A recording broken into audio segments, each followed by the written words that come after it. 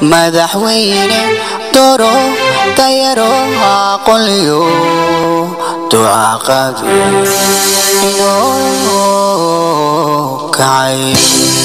xaflad lagu taageeray xisbiga dimuqraadiga shacabka Soomaalida Itoobiya oo hogaamiyo Maxamed Rashiid iyo xukuumadda DDSI uu hormuudka u yahay madaxweyne Cabdi Maxamuud Cumar oo xukunka hayay 4 sano taasoo deegaanka ku tilaabsatay horumar la taaban karo. xafladda waxa soo qabanqaabisay jaaliyadda Soomaalida Itoobiya ee ku dhaqan magaalada Minneapolis ee gobolka Minnesota iyadoo ay tahay xafladan xafladii ugu qiimaha badneed ee lagu qabtay xarunta weyn ee Convention Center laguna taageerayay xisbiga dimuqraadiga shacabka Soomaalida Itoobiya iyo xukuumadda DDSI qadka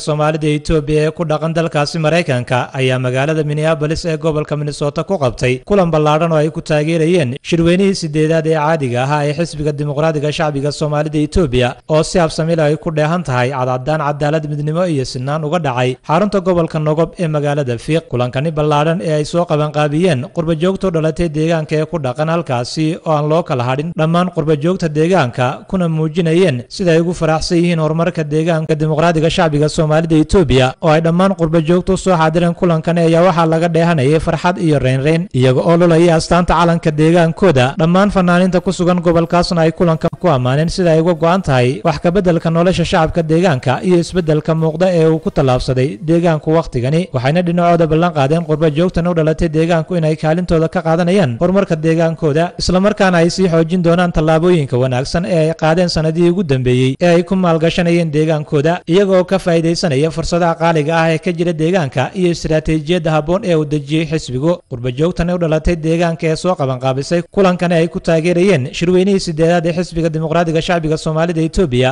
ayaa waxaa ka soo qayb galay dad aad u tiro badan oo gaaraya ilaa 5,000 oo qof kuwaas oo dhammaantood aad soo dhaweeyay sida wanaagsan ee uu qabsoomay shirweynihii 8aad ee xisbiga dimuqraadiga shacbiga Soomaalida Itoobiya iyo go'aanadii ka soo baxay. aakhirkii dambe barnaamijka waxaa si toos ah uga soo qayb galay khadka telefoonka madaxweynaha dowlad deegaanka Soomaalida Mudane Cabdi Maxamuud Cumar waxaana uu sheegay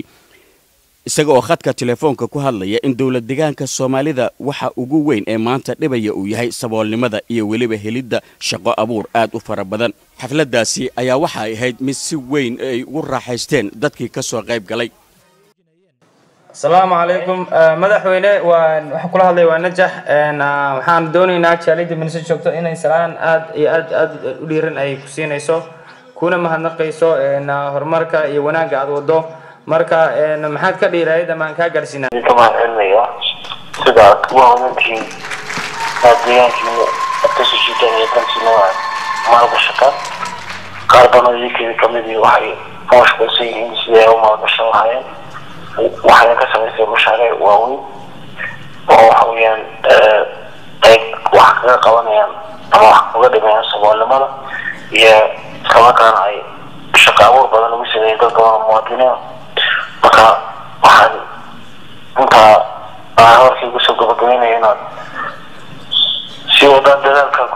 taageeraysaan horumarka nabadgelyada maamulka suban ee ka hana qaaday dowladda Soomaaliya Itoobiya inaad sii wadaan markasta oo aad wadankiina maalgashataan soona maalgashataan timaadaan islamarkaana waxaweyaan ay wax kusoo kordhisaan geedi socodka horumarineed waa habeenkii DDSI caweyskii xaq been u leenahay inaynu ummadeeni iyo wadankeena iyo dadkeena u dabaaldegto warmeen ahayn aad u maleynaysaa in caweyskii uu hadda inoo bilaaban doono haddii Ilaahay yiraahdo waad ogtihiin oo deegaanka DDSI wuxuu dib u soo celiyay taariikhdii dhaqanka Soomaaliyeed taaladii sayidka laga dhisay marka xaawataako oo gaari lagu wada aragtay markaas ay tiri xaawataako adna maqaxday jigjiga lagu wadaabay ka wada waxay ku cadeyn deegaankeena horumarka iyo taariikhda Soomaaliyeed dib ugu soo celiyay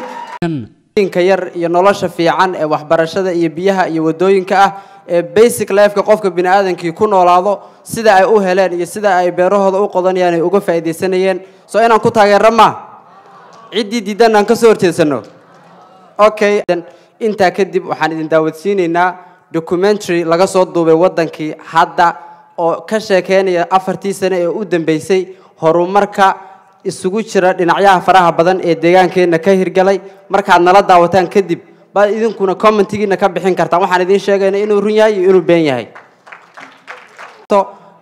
inta wixii ka dambeeyay insha Allah barnaamijkii fanka iyo suugaanta fanaaniinta North America oo dhan Sadio Ban diyaar bal inagu yahay heeso cusub xukuumadda loo soo diyaariyay Assalaamu alaykum wa rahmatullahi wa barakatuh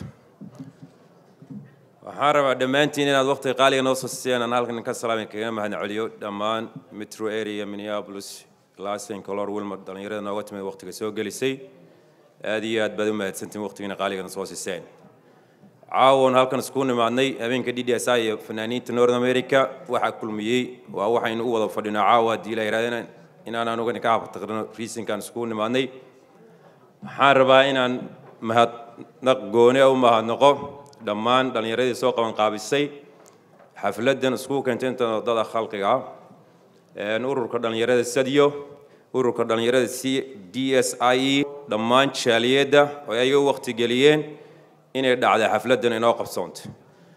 مهمة دعوة دي اس اي مش سكوت معديو مرتجلين سومالي دمان درسيدا نلا مرتدعة مش نوقع وحان سكون ما نافرت السنة وجودن بيسي حسبي قد ثلاثة هاي حلقا حتى حسبي قد ديمقراطية الشعبي الصومالي دي توبيا إن أنا كهذا النوع وحيابه وقبتي أفرت السنة للصوت عفي إن أنا لا شير جرنا دوكيمنتي هذا الصوت دوبي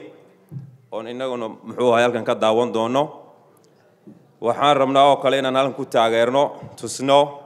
مرول بنا أتاجنا هاي هداون هاي دولة ديجان الصومالي توبيا قرب تشوك تدا خاصة ستيد من الثورة إن أنا مرول بتاجر ده نذا ديار أونا هاي دولة ديجان كحبك السميد أو قبنا ينشقوا ده دمان هرمرك كسعدا مركو قدام بين وحان قالوا تاجرنا الشركة في قلوق بتاعها شركة سديدات الحسبية سووا كيسي تضباطها برقاد لبسنا كهر halkay ku soo doorteen la continue ko golaha dhexe maadaama baahida ka jirto wadanka ki birqad waha 47 xubnood halka gudida fulinta way 15 xubnood ka dhigteen eeban markii ugu horeysay xisbigu doortay qof female gudida fulinta ku soo daray congratulations maan leeyahay su'aad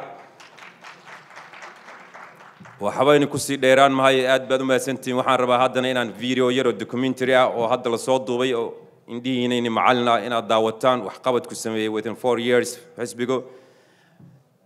والضمبين وحان ربا هالكان إنا كالسلامة عبد محمد عمر يو قايمة حسبيك عبد محمد رشيد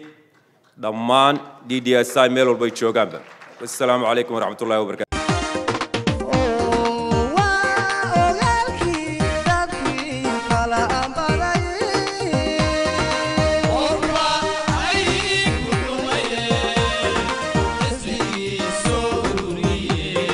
qormadeena waxaan si kooban ugu eegi doonaa labadii sano iyo xogaaga kadib shirweynihii toddobaad ee xisbiga ee ka dhacay magaalada Birqood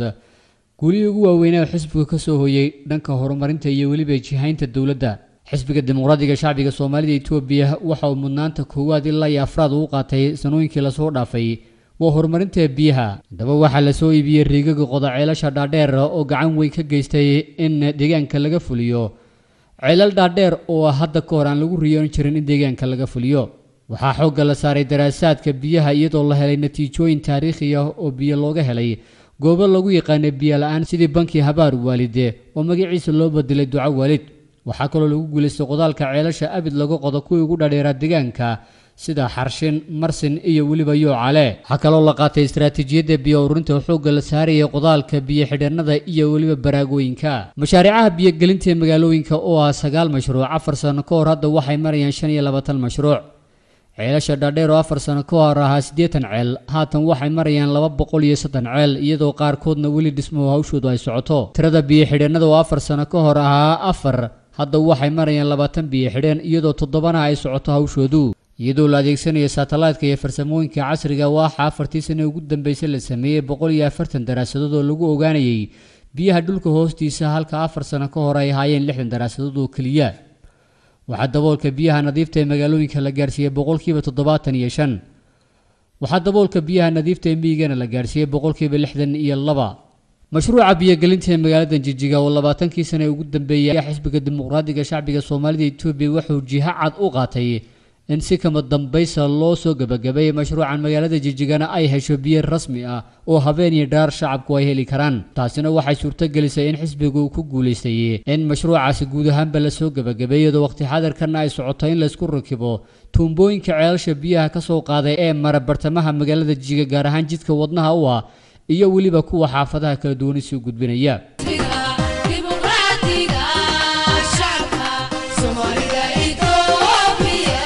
2 sano iyo barkii sano u dambeeyay waxaa magaalooyinka deegaanka laga dhisay 7 kiiloomitir oo wadooyinka laamiga 20 kiiloomitir oo gowraca 40 kiiloomitir oo leedhka magaalooyinka oo 3 kiiloomitir ka mid ah yihiin solar light-ka oo laga sameeyay waa Jigjiga.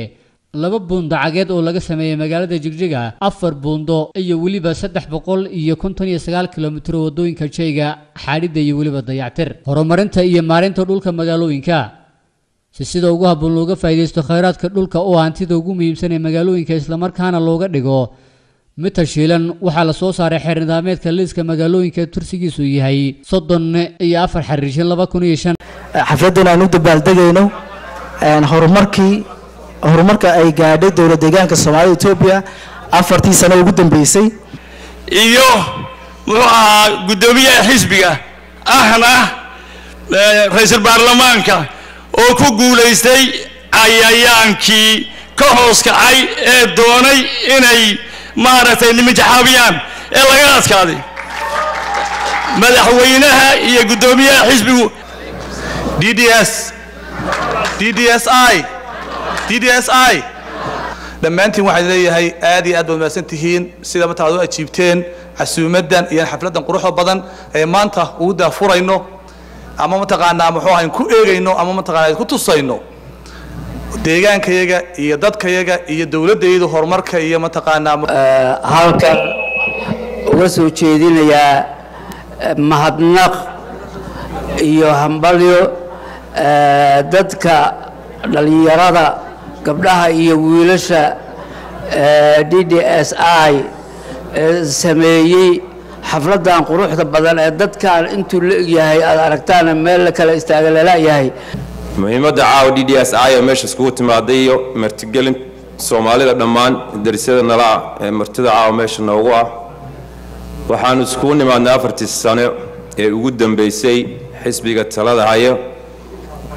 xilligan haata xisbiga dimuqraadiga shacbiga Soomaalida Itoobiya inaanu kaga hadalno. waxaan boqolkiiba ku faraxsanahay inaan ka qayb qaato kulankan taariikhiga ah ee lagu dabaaldegayo 4 sano ee ugu dambeysay horumarka ka dilaacay dowladda Soomaalida Itoobiya. macnaheeduna waxa weeyaan ummadda Soomaaliyeed ee East Africa ku nool way isku xiran tahay. East Africa way isku xiran tahay. Itoobiya way isku xiran tahay. waxaan leeyahay mataqaanaa ilaahay kugu sahlo jagada cusub iyo xilka cusub iyo madaxweynaha ku-xigeenka labaad Cabdixakiin. marka intaa ka gudbo waxaan rabaa caawa waxa laga yaabaa dad badan inay leeyihiin maxay tahay DDSI what's the DDSI. marka waxaan rabaa inaan wax yar sharxo DDSI waxay u taagan tahay iyo Somali region caawa waxaan u imid inaan kala qayb qaato shacabweynaha magaalada Minneapolis dadkayga aan aad iyo aad u jeclahay xafladan oo laga hadlayo horumarka ka jiro deegaanka Soomaaliyeed ee dalka Ethiopia waxaan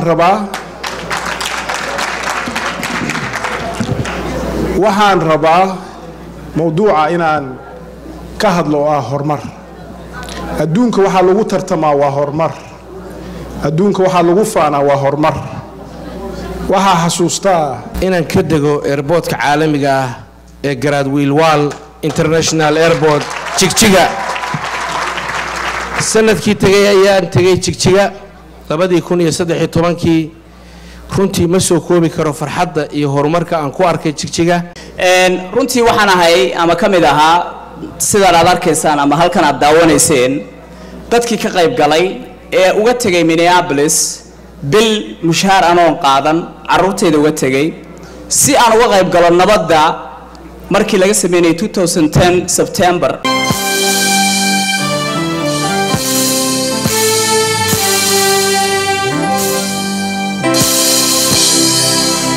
مقتين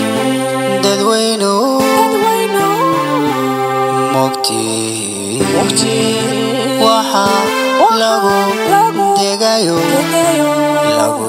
لغو دي سدايو إنا ديقا مقتين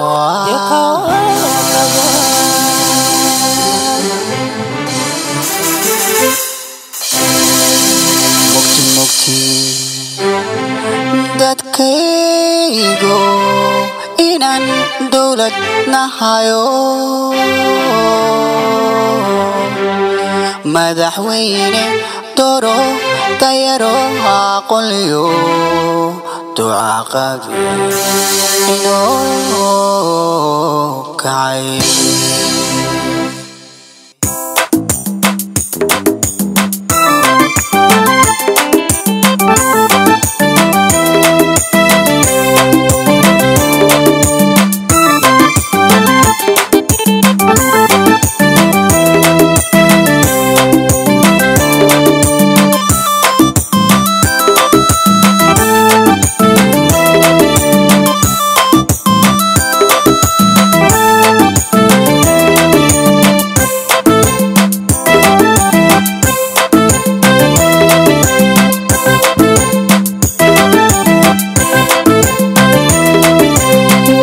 dalkeeni deegaan qurxoon oo dadku soo iloobo loo tago dalxiiskii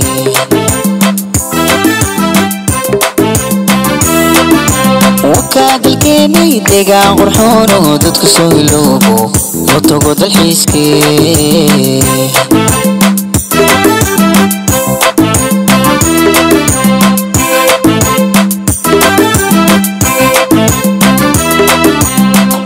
dalkeeni wabigi durdurayo dunyadu ku taranto dooniya cagar bale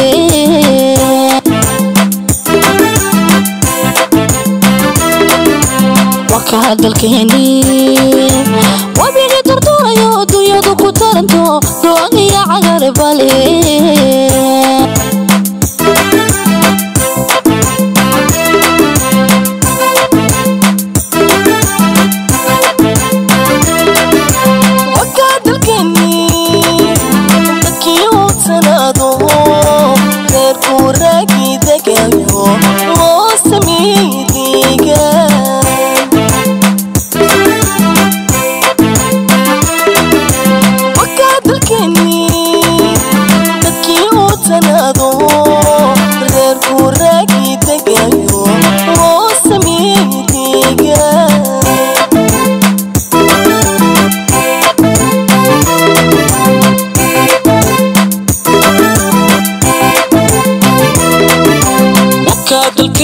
diradki inoo kacay duruustiya tacliintiyo dugsiyada u kacaya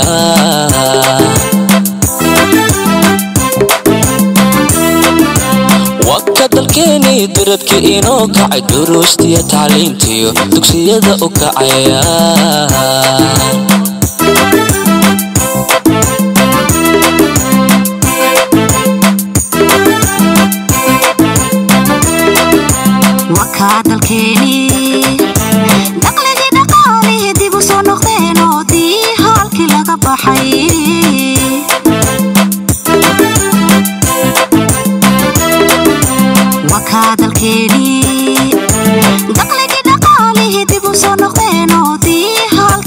baxay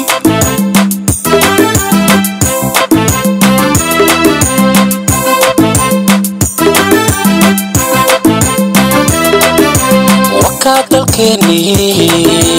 macdantii dinaydiyo khayraadkii daboola la qodayo dahabkii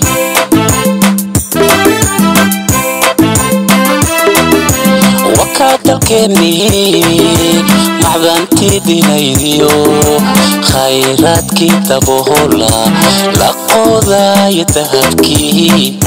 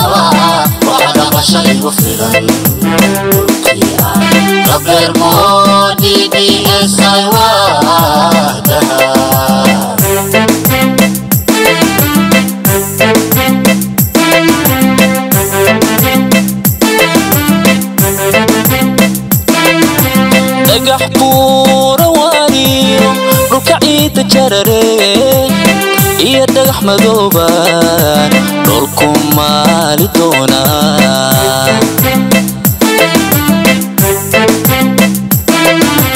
dhagax buura waariyo dhulka ciida jarare iyo dhagax madooban dhulku maali doonaa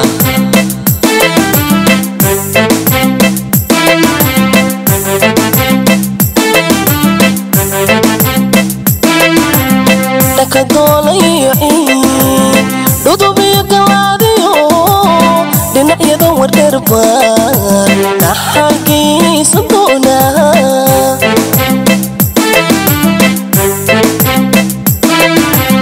dhakadolayo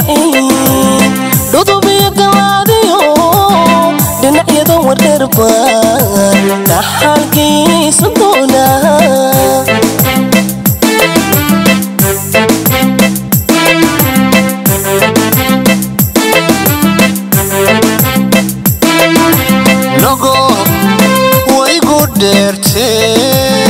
duxuliyo garbiyo fiiq iyo buurta dheerbaan dabku xiisi doonaa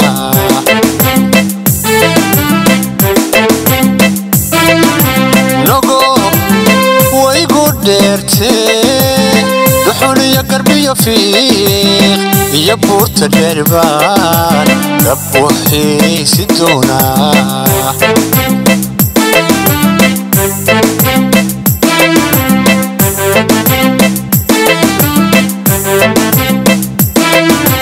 liibaan ma dhaafine dhinacyada nagayliyo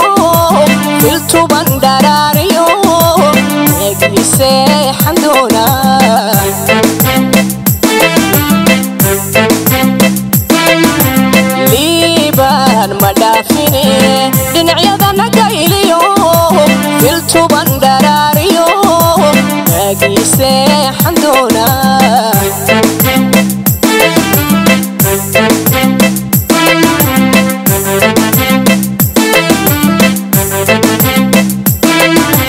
nabtu waa afdheeriyo dabayaasha imay iyo dhuuxa raaso aan ku dhaadan doonaa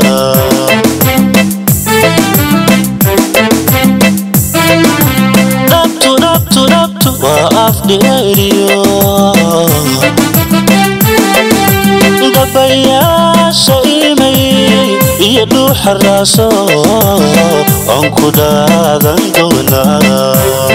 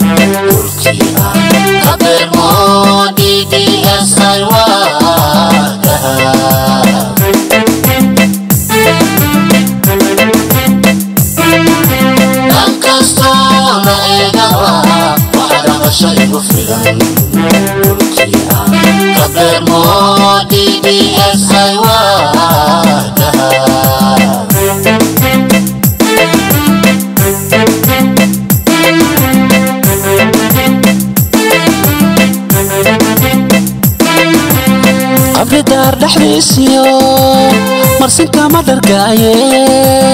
gabagabiya dhuuraan dhalin raaci doonaa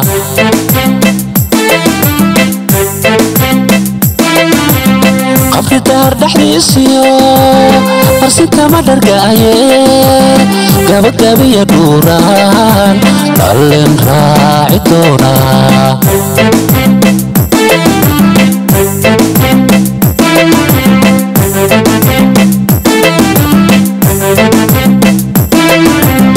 dugashada shiniyo diridhabiyo harahu uu dhulku horan danto boodi doonaa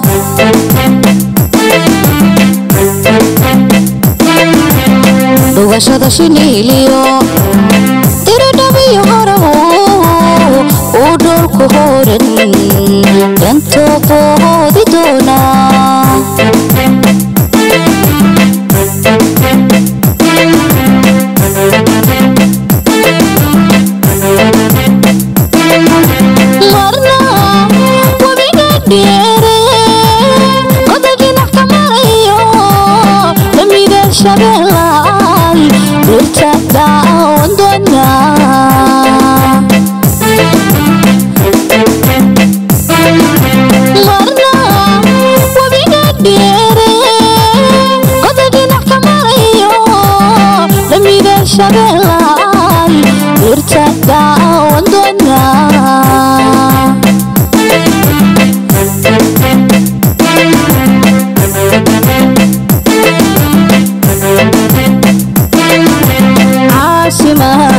la dhacay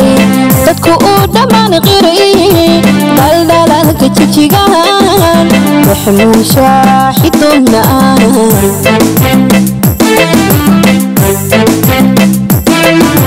caasimaada lala dhacay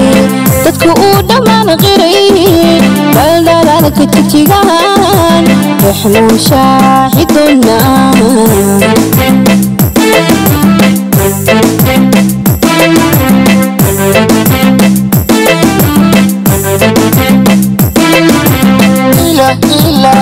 ay hadhowre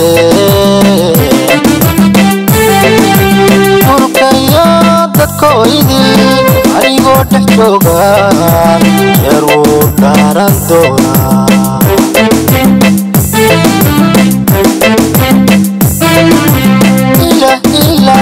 hay hadhowre dhulkayo dadkoydii anigoo dhex jooga yar wuu dhaaran doonaa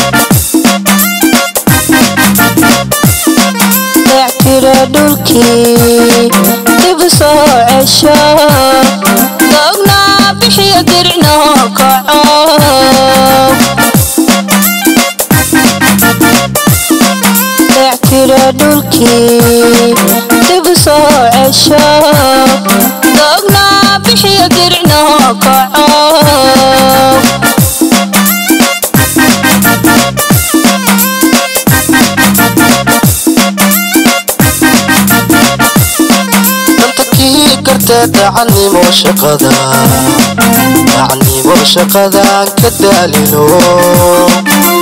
ka daalino ilaahay ku daa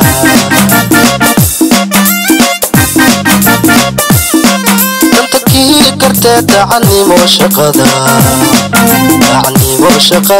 ka daalino ilaahay ku daa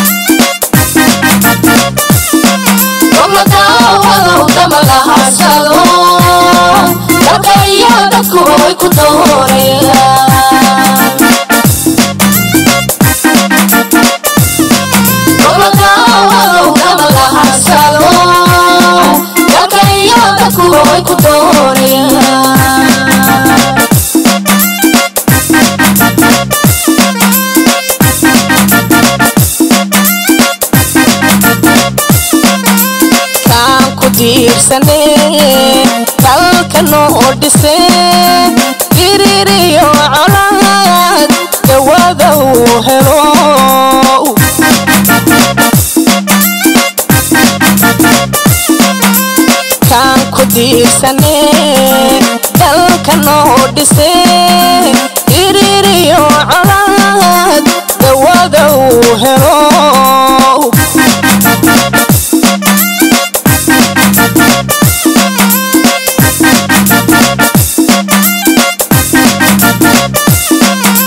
webiyada durdura dalag beerashiyo abuurdaadiyo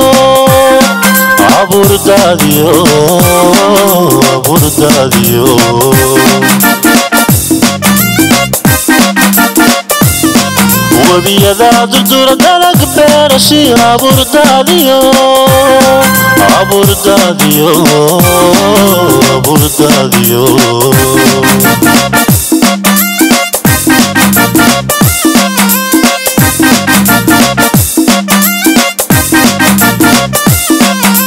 dhaxanta iyo dulmi naga jiro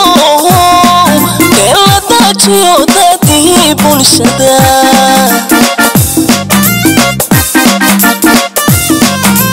dhaxanta iyo dulmi naga jiro meel la daajiyo dadii bulshada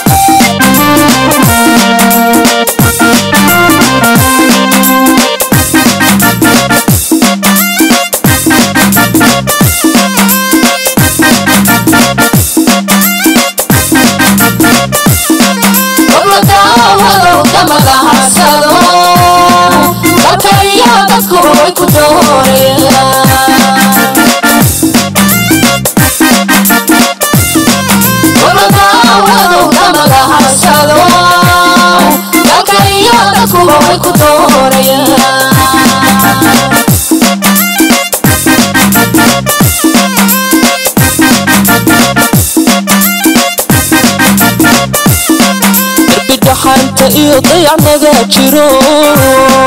goobka uu xidhay dowladnima ahaanto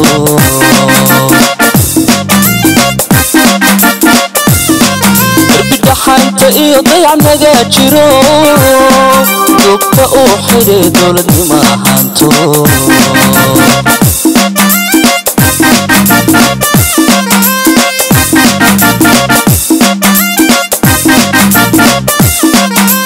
la daqsatada daga kiire aliyo harati kaga jiro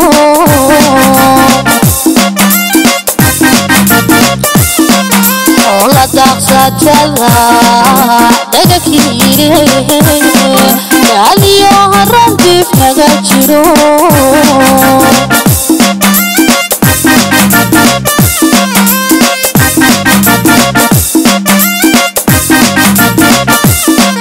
abadoni dayato ture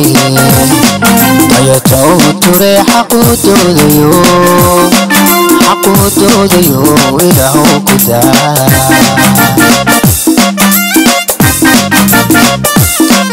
abadoni dayato ture xaqoodayo ilaahu ku daa